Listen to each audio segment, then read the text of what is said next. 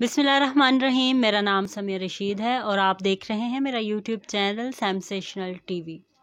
अगर अभी तक आपने मेरे चैनल को सब्सक्राइब नहीं किया तो मेरे चैनल को सब्सक्राइब कर दीजिए और बेल आइकन के बटन को प्रेस कर दीजिएगा ताकि मेरी आने वाली वीडियोस का नोटिफिकेशन आपको मिलता रहे। गोल्डन ब्राउन वनीला स्पॉन्ज और चॉकलेट स्पॉन्ज बनाने के लिए जो इंग्रेडिएंट्स हम लोगों को चाहिए वो मैंने यहाँ पे वेट करके रख लिए हैं और मैं आपको उन सब की वेटेज और फिर फर्दर क्या प्रोसीजर है, किस तरीके से करना है वो बताती हूँ। सबसे पहले मैंने 8 अंडे लिए क्योंकि मैंने 2 स्पॉन्ज बनाने हैं।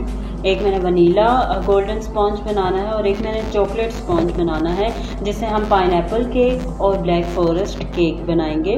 उसके लिए मैंने 8 अंडे लिए जिनकी जर्दी, एग योक और एग वाइट मैंने अलग कर दिए और जो एग वाइट है उसमें एक ज़र्रा बराबर भी एग योक नहीं जाना चाहिए, वरना ये जिस तरीके से हम इसको बीट करेंगे तो ये फ्लफी नहीं होगा। 8 अंडे लिए जिसकी एग योक और एग वाइट सेपरेट कर लिए। उसके लिए 240 ग्राम कैस्टर शुगर, बारीक चीनी जिसको कहते हैं, वो हमें चाहिए। 240 ग्राम ही हमें white flower, all purpose flower चाहिए।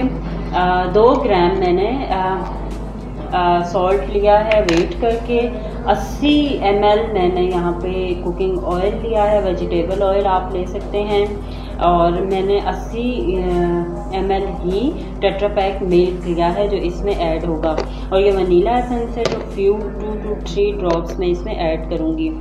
ये एक बेस है जो वनीला स्पॉन्ज भी बनेगा गोल्डन, और उसके साथ ही चॉकलेट स्पॉन्ज की बेस बनेगी।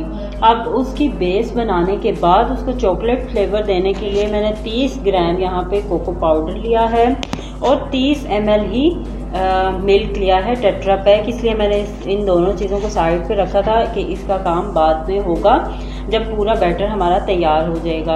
अच्छा, कोको पाउडर से जो है वो चॉकलेट फ्लेवर स्पॉन्ज में आएगा और दूध डालने की उसकी ये वजह है कि ये जो हमारे पास कोको पाउडर है ये खुश्क कर देता है हमारा जो स्पॉन्ज होता है। वो जो हम लोग बाज़ औक़ात कहते हैं ना कि ये स्पॉन्ज हम खा रहे हैं, केक गले से नहीं उतर रहा चॉकलेट स्पॉन्ज, तो वो इसलिए गले में हम लोग कहते हैं ना कि बहुत ज़्यादा खुश्क स्पॉन्ज है। वो इस वजह से कि उसमें हम जब कोको पाउडर ऐड करते हैं तो उसके साथ हम टेट्रा पैक मिल्क नहीं ऐड करते, जो कि इसकी खुश्की कह लें, जो हम अपनी ज़बान में कहेंगे, वो इसकी जो खुश्की है, जिसकी ड्राइनेस है, उसको ख़त्म करेगा। अच्छा, ये जो अंडे की 8 अंडों की सफ़ेदियाँ हैं, इनको मैंने अभी 15 मिनट पहले इनको मैंने एग योक और एग वाइट को जो है वो सेपरेट किया और एग वाइट को मैंने 15 मिनट के लिए फ्रीज़र में रख दिया ताकि ये अच्छे तरीके से ठंडी हो जाए और एग वाइट जो है, और इसको हम ताकि बीट करें तो ये जल्द जो है वो फ्लफी हो जाए। अब सबसे जो मेन इसका काम है वो ये है कि हम लोगों ने चीज़ों का यूज़ किस तरीके से करना है।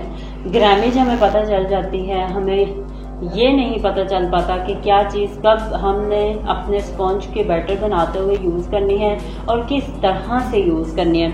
इसलिए मैंने अपने पास एक जो है वो मैंने स्पून रख लिया है जिसके साथ मैं आपको बताऊंगी कि हमने किस तरीके से जो है वो चीनी 1 by 1 टेबल स्पून करके इसमें ऐड करनी है, फिर मैदा किस तरीके से 1 by 1 टेबल स्पून करके इसमें ऐड करना है।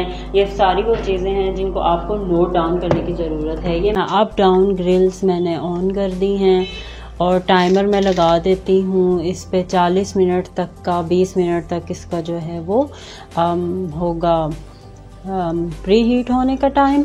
और अब मैं इसको लगा रही हूँ, जो हमारा टेम्परेचर है वो होगा 170। टेम्परेचर 170 मैंने लगा दिया है। अब अवन हमारा प्री हीट होने के लिए जो है वो हमने ऑन कर दिया है। ये इलेक्ट्रिक अवन है, डॉल्स का अवन है, और इलेक्ट्रिक में हम अप डाउन ग्रिल्स जो हैं वो दोनों ऑन करेंगे और हम अपने स्पॉन्ज को 35 से 40 मिनट लगेंगे। वो हम देख लेंगे ड्यूरिंग बेकिंग के हम कितना टाइम ले रहा है हमारे स्पंजेस बेक होने में। फिर मैं आपको एक्यूरेट उसकी टाइमिंग भी बता दूंगी। तो अब दोबारा अपने प्रोसीजर की तरफ चलते हैं। बिस्मिल्लाहिर्रहमानिर्रहीम करके अब जो है वो हम अपना काम शुरू करते हैं। और सबसे पहले बिल्कुल तेज़ स्पीड में, बिल्कुल हाई स्पीड है, और मैं एग वाइट, जो सिर्फ एग वाइट है, उसको मैं अब बीट करने लगी।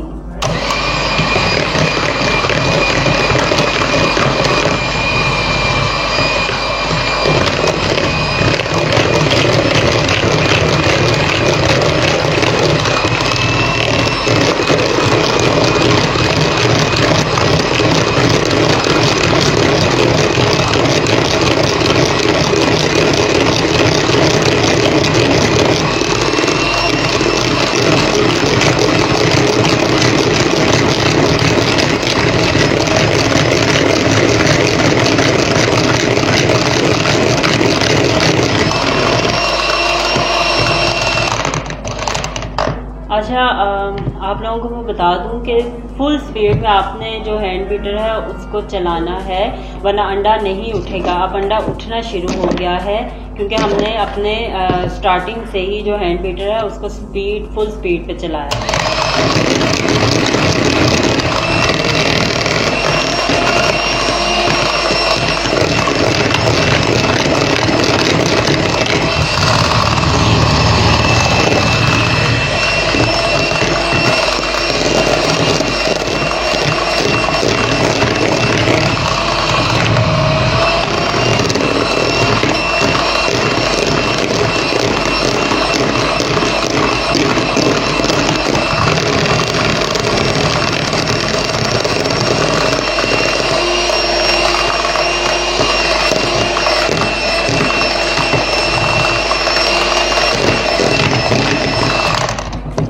अच्छा, ये अब आप कंडीशन देख लें इसकी एग वाइट की। अब एग वाइट की इस कंडीशन के बाद हम लोगों ने मशीन को चलाते रहना है और 1 बाय 1 ये जो हमारे पास ये जो पिसी हुई चीनी कैस्टर शुगर है ये हम इसमें ऐड करते जाएंगे। तो इस बात का आपने ख्याल रखना है। अब मैं साथ साथ इसको चलाऊंगी और 1 टेबल स्पून करके चीनी इसमें ऐड करूंगी और फिर हमने इन दोनों को जब सारी चीनी में इसमें ऐड ऑन कर लूंगी फिर मैं आपको बताऊंगी कि कब तक इसको बीट करना है हमें।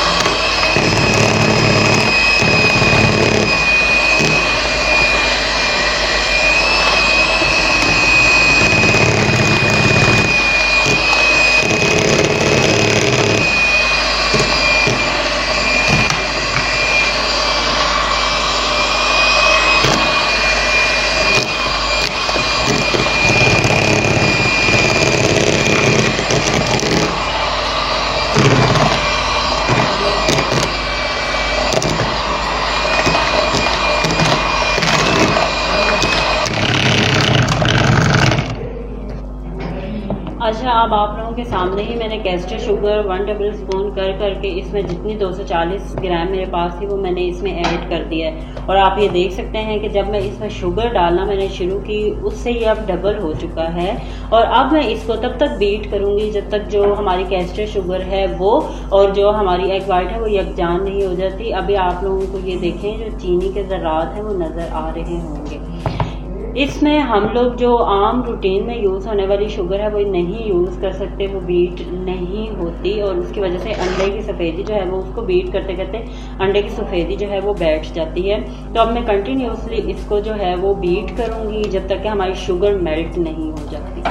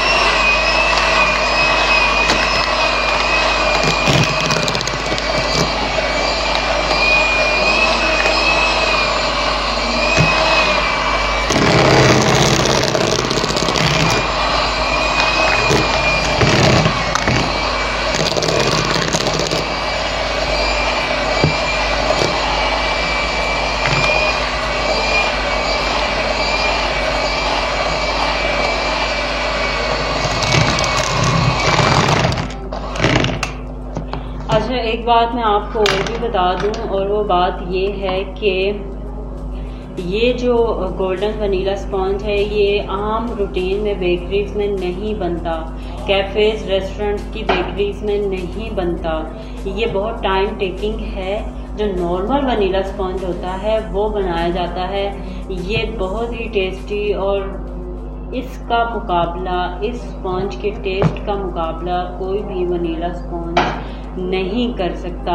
ये इसमें टाइम लग रहा है, इसमें प्रोसीजर थोड़ा सा डिफ़िकल्ट है। हम लोग सिर्फ शुगर एकदम से सारी नहीं ऐड कर सकते, ज़ाहिर है हम लोगों को थोड़ा सा टाइम देना पड़ रहा है। जब हम ये थोड़ा सा टाइम दे के एक स्पॉन्ज तैयार करेंगे, फिर इसके टेस्ट को आप जब चेक करेंगे तो definitely you will like it, और आपको ये बहुत अच्छा लगेगा। ये बहुत अच्छी ऑथेंटिक और बहुत बेकरी स्टाइल, जो बहुत अच्छे लेवल पे, जो जिनके केक की जो प्राइसेस हैं वही 1500-1600 पाउंड से क्रीम केक की शुरू होती हैं, वो ये वाले स्पॉन्ज जो हैं ये वनीला स्पॉन्ज। और इसी के साथ जो हम लोग रेड वेलवेट स्पॉन्ज और जो हम लोग चॉकलेट स्पॉन्ज भी अभी बनाने लगे वो बनाते हैं, तो उसकी कीमत भी डबल होती है।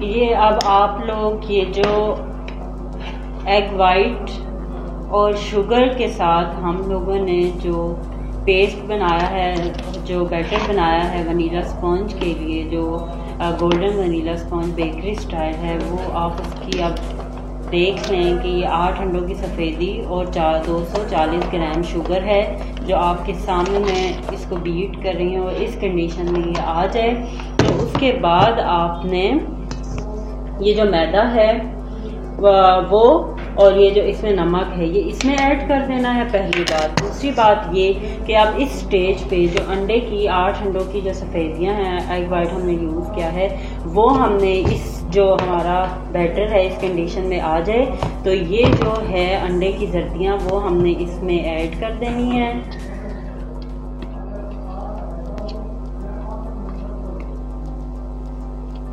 इसमें ऐड करने के साथ ही हम लोगों ने 2 से 3 ड्रॉप्स जो हैं वो वनीला एसेंस के इसमें ऐड करने हैं। ये देखें 2 से 3 ड्रॉप्स वनीला एसेंस के ऐड कर दिए। ये ऐड करने के बाद अब मैं इसको इतना बीट करूँगी कि ये जो एग वाइट का बैटर और एग योक है वो मिक्स हो जाए।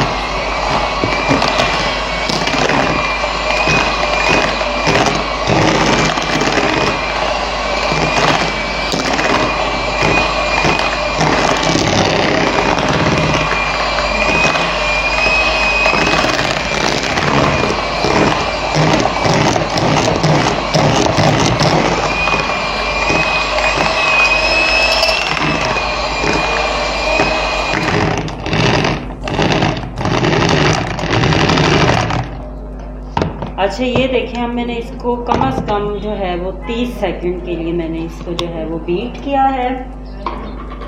अब मैंने क्या करना है, अब मैंने ये जो मैदा और नमक मैंने ऐड किया था इसको मैंने मिक्स कर दिया। आप लोग ये देख रहे हैं कि इसमें कोई बेकिंग पाउडर नहीं डल रहा। ये अंडे की सफ़ेदी स्पॉन्ज को जो है वो जो प्रूव करेगी, उठाएगी। अब हमने क्या करना है कि 2 टेबल स्पून करके जो है वो मैदा अपने बैटर में ऐड करना है और इसको इतना चलाना है कि ये मिक्स हो जाए।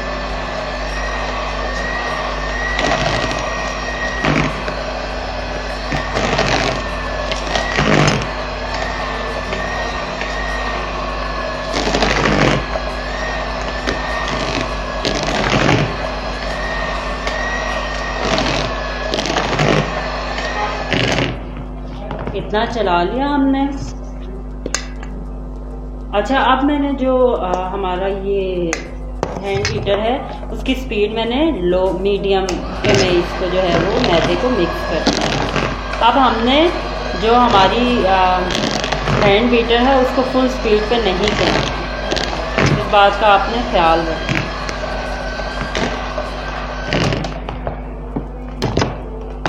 हमारा अवन जो है वो 170 सेंटीग्रेड पे जो है वो प्री हीट हो रहा है और हमारा बैटर भी अब आखिरी मराहिल में है।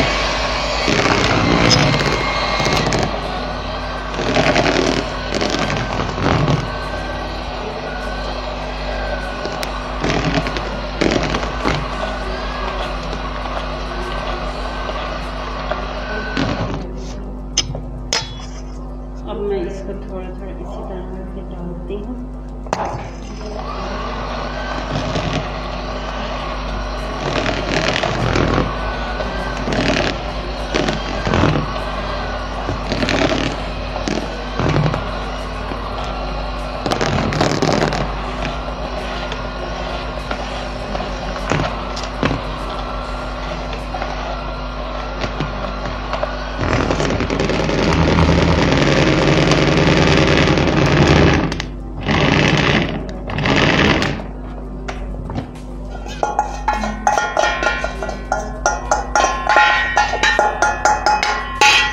जितना भी मैदा था वो अब मैंने ऐड कर दिया।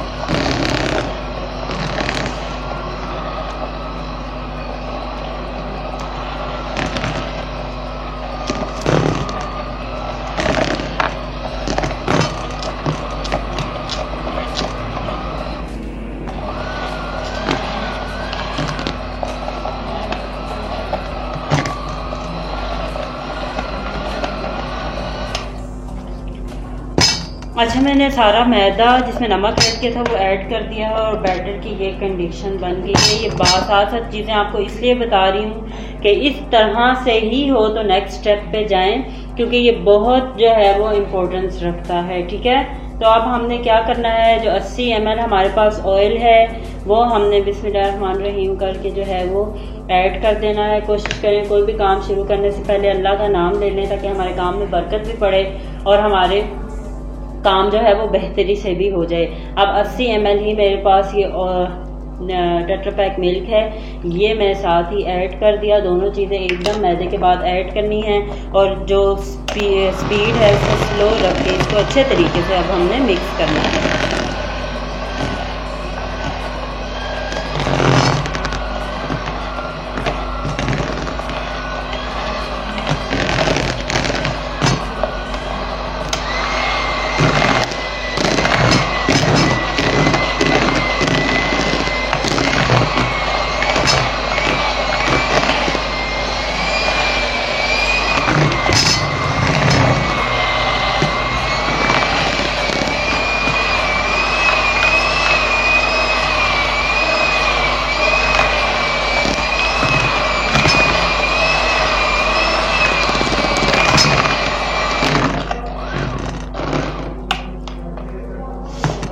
अब आप लोग देख लें कि जितने भी हमारा वनीला बेसिक स्पॉन्ज था वो बनाने के लिए जितनी भी चीज़ें हमें चाहिए थी वो सब मैंने इसमें ऐड कर दी हैं।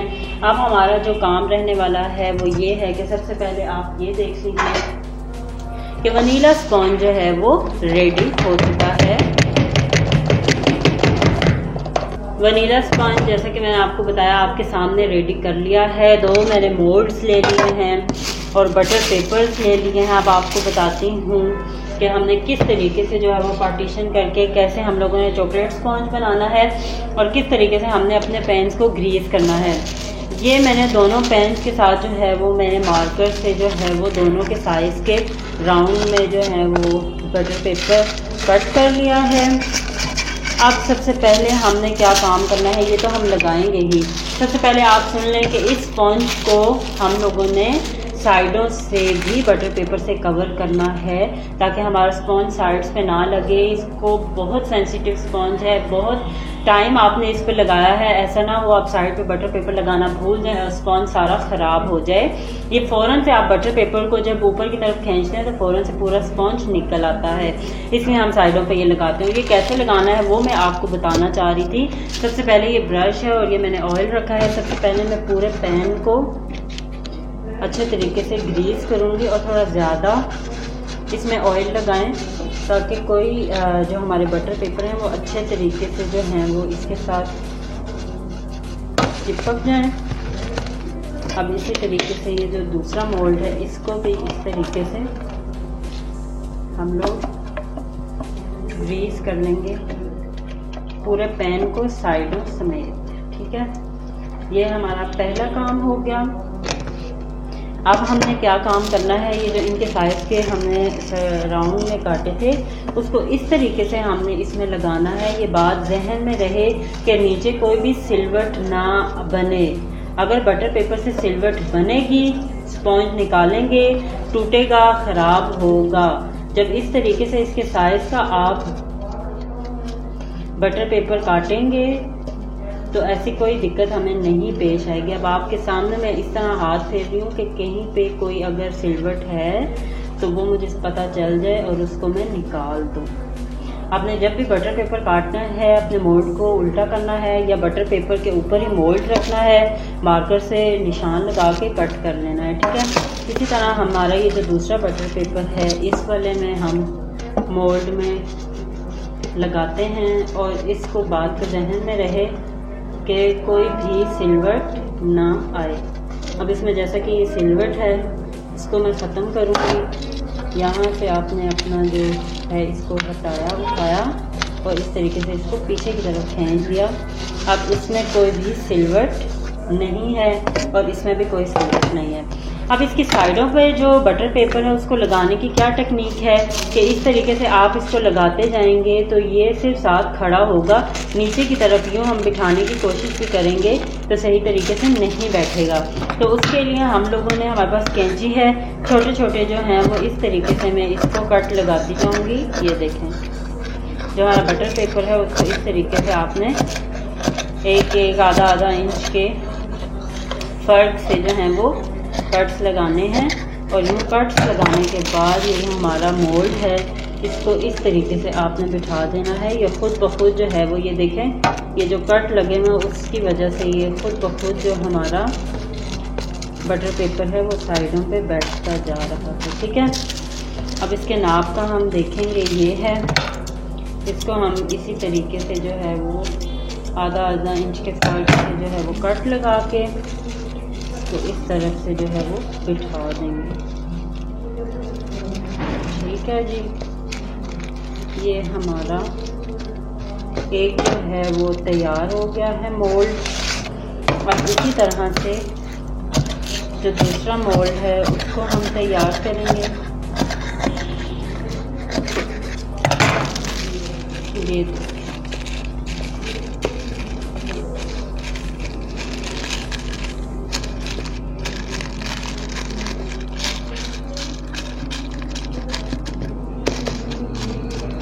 सबसे बेहतर ये होता है कि आप जब भी स्पॉन्ज बनाएं इस बात को जहन में रखें कि एक दिन पहले स्पॉन्ज बना लें जिस दिन आपने केक बनाना है, ताकि वो चिल्लर में रेस्ट पे आप उसको रखें और उसका रिज़ल्ट अच्छा आए। आप गरम गरम स्पॉन्ज को काटेंगे तो वो जो है वो उसके ज़र्रात जो हैं वो सारे गिर जाएंगे और वो टूटता जाएगा, क्योंकि गर्म स्पॉन्ज कभी भी नहीं काटा जाता। और अगर बहुत ज़्यादा इमरजेंसी है, इमरजेंसी में आप उसको फ्रीज़र में रख सकते हैं। ठीक है, अब ये आप लोगों के सामने मैंने मोल्ड्स तैयार कर दिए हैं। अब ये देखिए हमारा जो स्पॉन्ज है, एक हमने वनीला केक बनाना है। अब आप लोगों के सामने मैंने ये उठाया है स्पैचुला। अब मैं इसको मिक्स कर रही हूँ कि अगर कोई मैदा है, कोई खुश्क इंग्रेडिएंट, इसमें सिर्फ हमने मैदा ऐड किया है, अगर मैदा है तो वो इस बैटर में अच्छे तरीके से मिक्स हो जाए। और मैं बिल्कुल हल्के हाथ से इसको जो है वो मिक्स कर रही हूँ। ठीक है, ये देखें, ये हमारा फाइनल वनीला बैटर है जो तैयार हो गया है। अब हम जो एक हमारा मोल्ड है उसमें हम बिस्मिल्लाहिर्रहमानिर्रहीम वनीला बैटर जो है वो ऐड कर देंगे, क्योंकि हमने एक जो हमारा स्पॉन्ज है वो हमने वनीला स्पॉन्ज बनाना है। हमारा जो ओवन है वो प्री हीट हो रहा है 170 पे। और अब ये जो हमारे पास, इसको आपने टैप करना है, जो बबल्स हैं, एक मिनट, इसमें जो भी बबल्स हैं वो ख़त्म।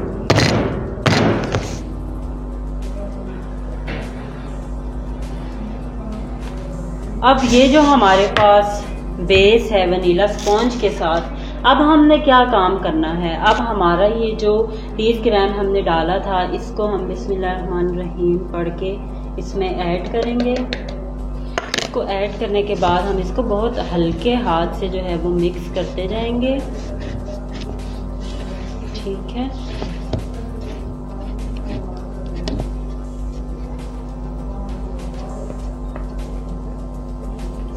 ये देखिए हमने इसको ऐड करने के बाद जो दूध है वो हमने इसमें ऐड करना है और इसको स्पैचुला की मदद से ही हल्के हाथ से जो है वो मिक्स कर देना,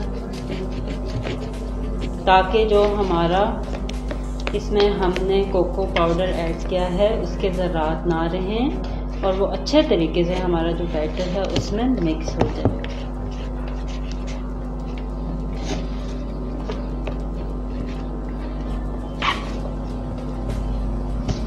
ये देखें जी, चॉकलेट स्पॉन्ज जो है वो इसका बैटर तैयार हो गया है। अब हमने अपना जो दूसरा मोल्ड है उसमें इसको डालना है बैटर को।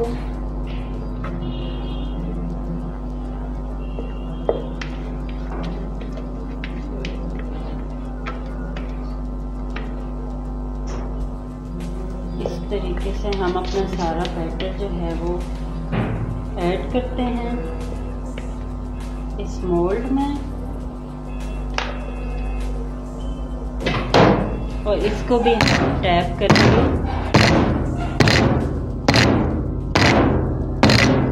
कि कोई ज़र्रात हैं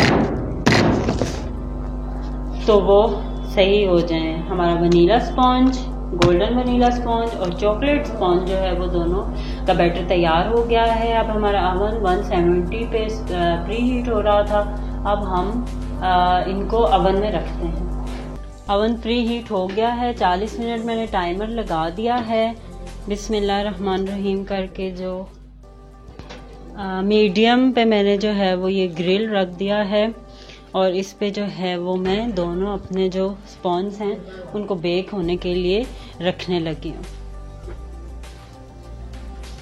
ओवन में स्पॉन्ज को रखे हुए 10 मिनट हो गए हैं, तो मैंने कहा आपको अभी की जो इन स्पॉन्ज की सूरत हाल है वो मैं आपको दिखा दूँ कि अब ये जो पूरा स्पॉन्ज का बैटर है वो heat, up and down heat को अपने अंदर जज्ब करता है, फिर उसके बाद इंक्रीज होना शुरू कर देता है। तो अब ये जो ऊपर तक हीट जो है वो आ चुकी है, ये जो बुलबुले से बन रही है इससे हमें पता चला।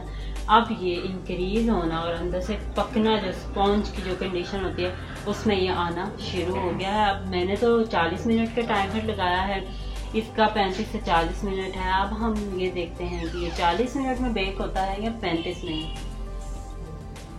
स्पॉन्ज को ओवन में 20 मिनट हो गए हैं और जिस तरीके से माशाल्लाह इंक्रीज़ हो रहा है हमारा जो बैटर है वो, और अब ये जो है वो पकने के मराहिल में है। 20 मिनट और इसको मज़ीद लगेंगे, उसके बाद इंशाल्लाह हमारा जो स्पॉन्ज है वो तैयार हो जाएगा।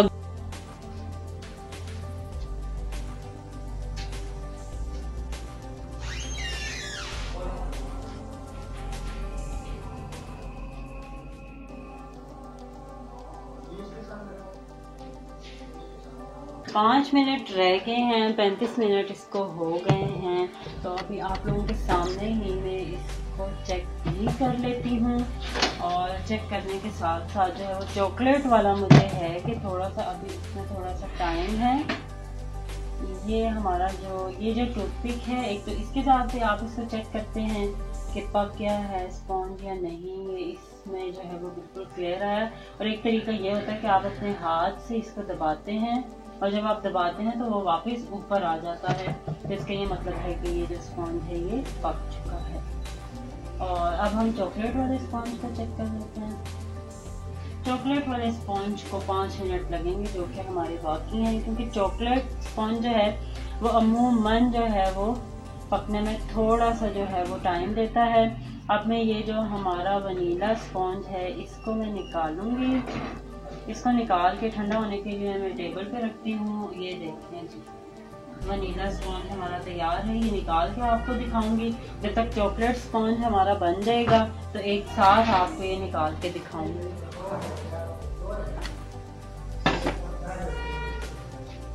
चॉकलेट स्पॉन्ज हम अब चेक कर लेते हैं। वनीला स्पॉन्ज हमने निकाल दिया था। अब ये जो चॉकलेट स्पॉन्ज है इसको चेक करते हैं ये पक गया है या नहीं। ये देखें, जो हमारा टूथपिक है वो बिल्कुल क्लियर आया है। और दूसरा तरीका है हाथ से चेक करने का, और हाथ से चेक करके आपको पता चल जाता है कि ये नीचे नहीं बैठ रहा।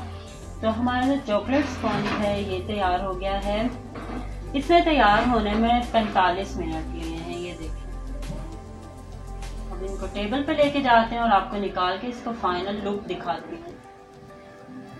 अल्हम्दुलिल्लाह स्पॉन्ज हमारे तैयार हो गए हैं। ये है गोल्डन वनीला स्पॉन्ज और ये है चॉकलेट स्पॉन्ज, चूँकि अभी थोड़े गर्म हैं और मैंने इनको रेस्ट दिया है 10 मिनट का। और आपको कहा था कि इसलिए हम बटर पेपर रखेंगे ताकि ये आसानी से निकल आए। और ये देखें बिस्मिल्लाहिर्रहमानिर्रहीम, जो हमारा वनीला स्पॉन्ज है वो किस कदर आराम से जो है वो ये देखें निकल आया है।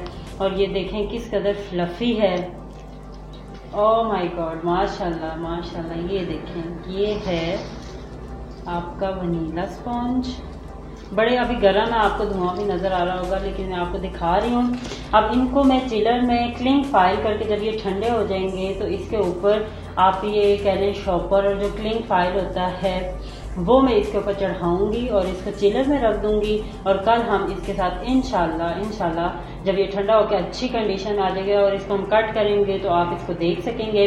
और इसके बाद जो है वो इसके साथ हम पाइनएप्पल केक बनाएंगे। और अब आ जाता है जी हमारा जो चॉकलेट स्पॉन्ज है जिसे हमने ब्लैक फॉरेस्ट इंशाल्लाह केक बनाना है। ये बड़ा ही गर्म है। अब हम इसको भी इस तरीके से उल्टेंगे। बिस्मिल्लाहिर्रहमानिर्रहीम। ये देखें जी, अल्हम्दुलिल्लाह हमारा जो ब्लैक फॉरेस्ट के लिए चॉकलेट स्पॉन्ज हमने बनाया था वो भी तैयार हो गया है। ये इसकी फ्रंट साइड है और ये इसकी बैक भी मैं आपको दिखा देती हूँ।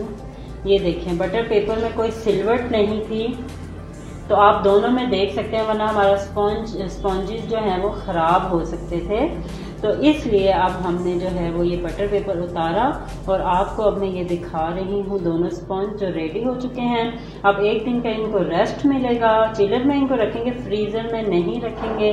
और फिर उसके बाद जो है वो हम लोग ब्लैक फॉरेस्ट और एक हमारा जो है वो पाइनएप्पल जो है वो केक बनाएंगे। और फिर आपको दिखाएंगे कि फ्रोस्टिंग कैसे होती है, गनाश कैसे बनता है और क्रीम कैसे व्हिप की जाती है। तो ये आज की क्लास थी।